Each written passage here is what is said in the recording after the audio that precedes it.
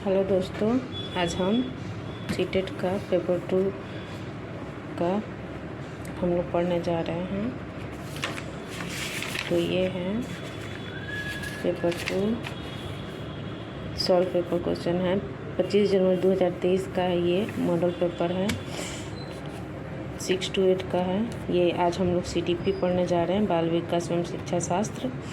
तो इसका है निम्न में से शारीरिक विकास में क्या शामिल नहीं है। दिखाई दे रहा होगा आप लोग को।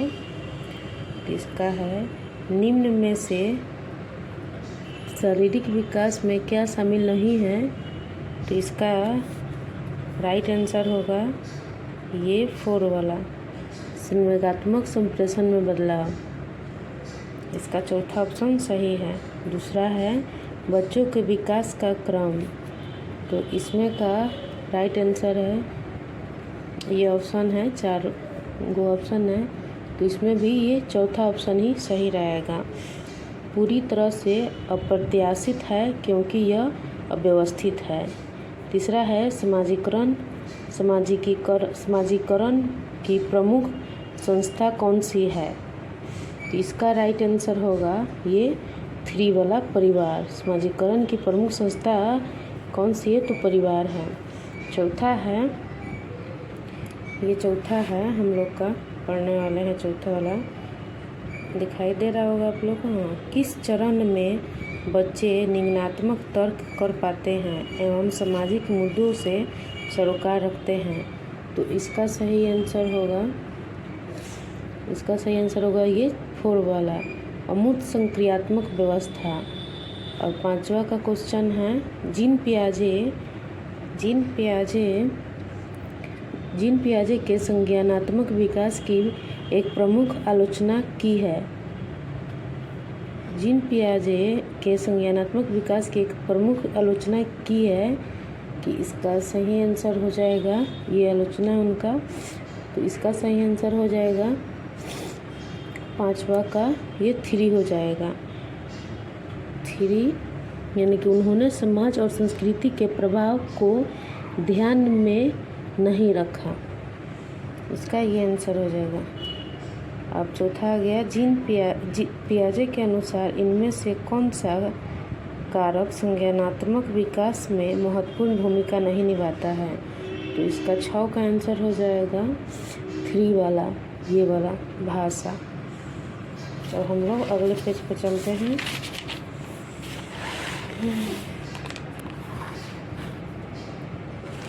अगले पेज पर चलते हैं।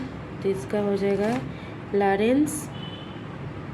लॉरेंस कोलबर्ग द्वारा दिए गए उत्तर पारंपरिक नैतिकता के 5वें चरण सामाजिक अनुबंधन अभिविन्यास में व्यक्ति मानते हैं कि इसका भी ये 4 ऑप्शन है। तो इसमें से हो जाएगा 7वां का, ये चौथा वाला ऑप्शन हो जाएगा। आ जाएगा कि नैतिक निर्णय स्व चुने हुए नैतिक सिद्धांतों के संदर्भ में किए जाने चाहिए। अब 8वां हम लोग पढ़ने जा रहे हैं। यह विचार कि बच्चों के सीखने में उनके सांस्कृतिक संदर्भ के अनुसार उनकी सहायता एवं मार्गदर्शन देना चाहिए, किसने प्रस्तावित किया है। तो इसका सही आंसर हो जाएगा 8 का सही आंसर हो जाएगा चौथा वाला, लेव वाइगोत्स्की। 9वां का क्वेश्चन है, विद्यार्थियों को संकेत एवं इशारे देना, सोच विचार की प्रतिक्रिया को मॉडल करना किसके उदाहरण हैं।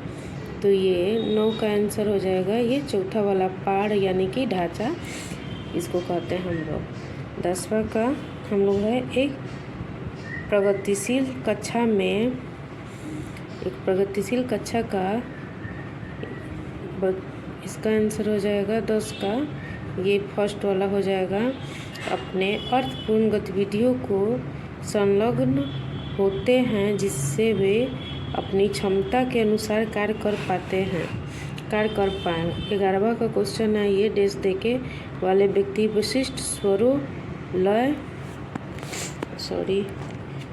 कैमरा रखने के लिए अब मैं हाथ से ही रखी हूँ, तो इसमें मुझको दिक्कत हो रहा है, इसके लिए सॉरी। वाले व्यक्ति विशिष्ट स्वरों, लय और ताल के बीच अंतर करने में सक्षम होते हैं, जिसे पहचानने में अन्य चूक सकते हैं। तो इसका आंसर हो जाएगा ये 11 का ये 4 वाला संगीतमय बुद्धि। लय वाला आ गया, ताल वाला, तो इसमें संगीतमय बुद्धि तो होना ही है। लेव वाइगोत्स्की के अनुसार भाषा इसका हो जाएगा 2 वाला आंसर संज्ञानात्मक विकास में बेहद महत्वपूर्ण है। अब आ रहे हैं हम लोग ये 13वें क्वेश्चन पे। माध्यमिक स्कूल के शिक्षकों, ये कथन वाला आ गया है। ये भी इस तरह का भी बहुत सारा क्वेश्चन आता है। कथन में ए में है माध्यमिक स्कूल के शिक्षकों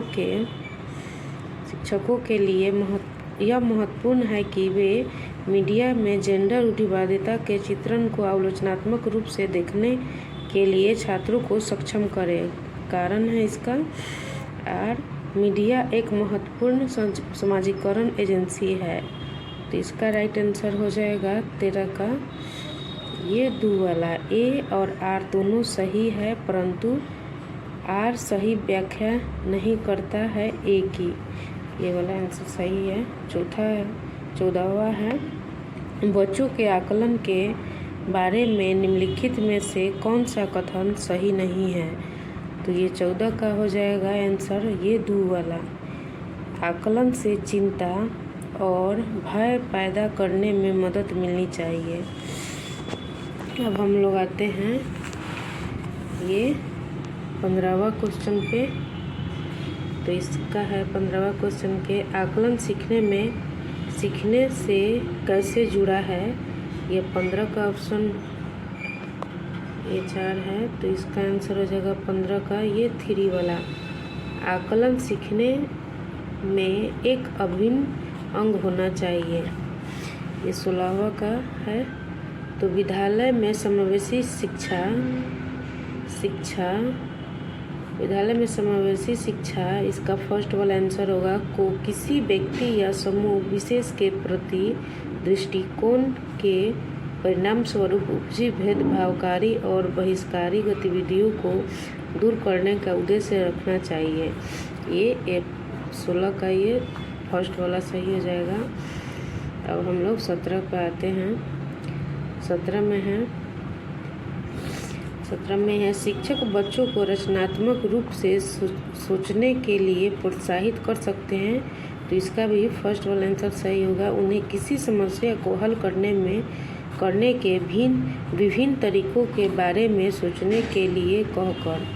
अब आ गया 18वां क्वेश्चन। कक्षा में विविधता को पोषित करने के लिए शिक्षकों को किस पर ध्यान देना चाहिए।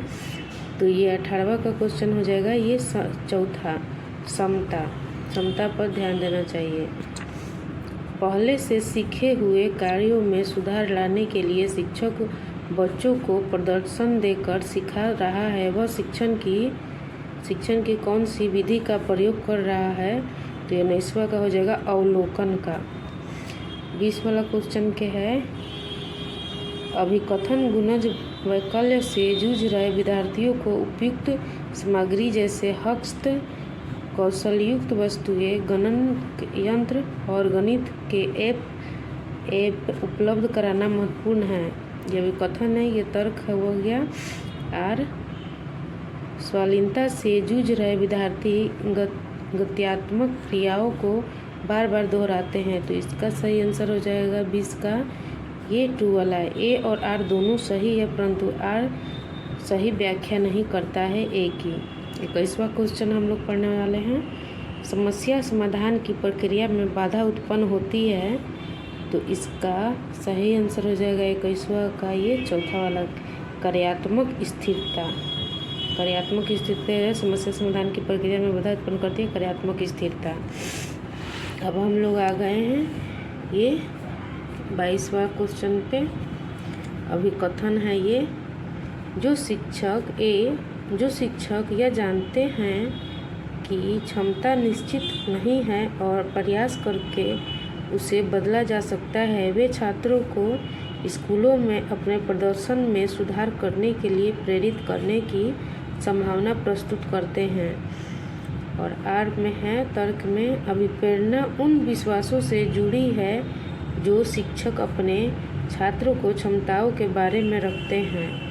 ये कुट है, ये कुट है, दिया हुआ है 4 गो ऑप्शन। तो इसमें का 22 नंबर का सही आंसर हो जाएगा ये 1। 22 नंबर का ये सही आंसर हो जाएगा ए और आर दोनों सही है तथा आर सही व्याख्या करता है ए की। अब हम लोग 23 वाले क्वेश्चन पे आएंगे। निम्नलिखित में से कौन सा कथन सीखने के सामाजिक रचनात्मक परिप्रेक्ष्य और समर्थन नहीं करता है? तो इसका 23 का आंसर हो जाएगा ये चौथा। मूल्यांकन शिक्षण के अंत में ही किया जाना चाहिए। तो ये 23 का आंसर सही है, चौथा वाला। अब 24 नंबर क्वेश्चन अभी कथन आ गया फिर से। अर्थपूर्ण अधिगम सुनिश्चित करने के लिए विद्यार्थियों को से यह अपेक्षा की जानी चाहिए कि वे ज्ञान को ठीक उसी तरह से पुनरुत्थित करें जैसे उन्होंने उसे गृहीत किया है।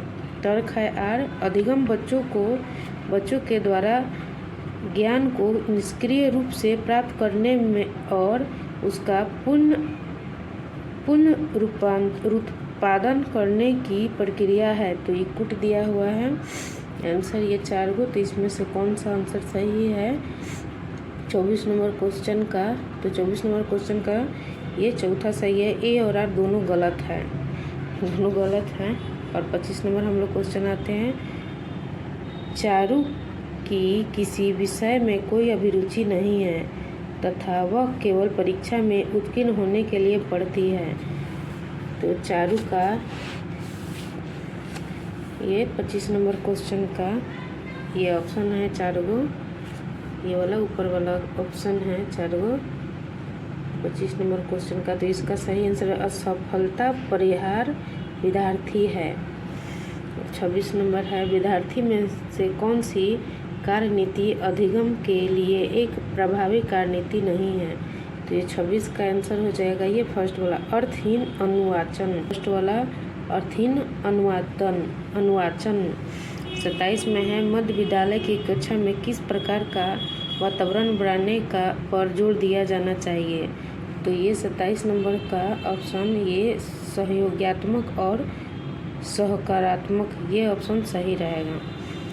नई शिक्षा नीति 2020 जैसी समकालीन नीतियाँ सीखने के किस शिक्षा शास्त्र को प्रस्तावित करती है? तो इसका हो जाएगा 28 नंबर का ये 2 वाला अनुभवात्मक, आंसर ये सही है। 29 नंबर का, बच्चों को नई अवधारणाओं के परिचय का क्रम क्या होना चाहिए? तो इसका हो जाएगा 29 का ये 2 ही, अमूर्त से ठोस। 30 का है, विद्यालय में विद्यार्थियों को अर्थपूर्ण अधिगम देश से नकारात्मक रूप से प्रभावित होता है और देश से सकारात्मक रूप से प्रभावित होता है। तो इसका सही आंसर हो जाएगा 30 का ये फर्स्ट वाला, बहिष्कार प्रथाओं शिक्षार्थी केंद्रित शिक्षा शास्त्र। तो ये हो गया CDP का 25 जनवरी 2023 का ये मॉडल पेपर का ये क्वेश्चन सही आंसर दिए हैं, बताए हम। तो आगे हम फिर से CDP का क्वेश्चन लाएंगे। तो आप हमारे चैनल को प्लीज़ सब्सक्राइब करें और मेरे वीडियो को लास्ट तक देखिएगा। तो थैंक यू सो मच।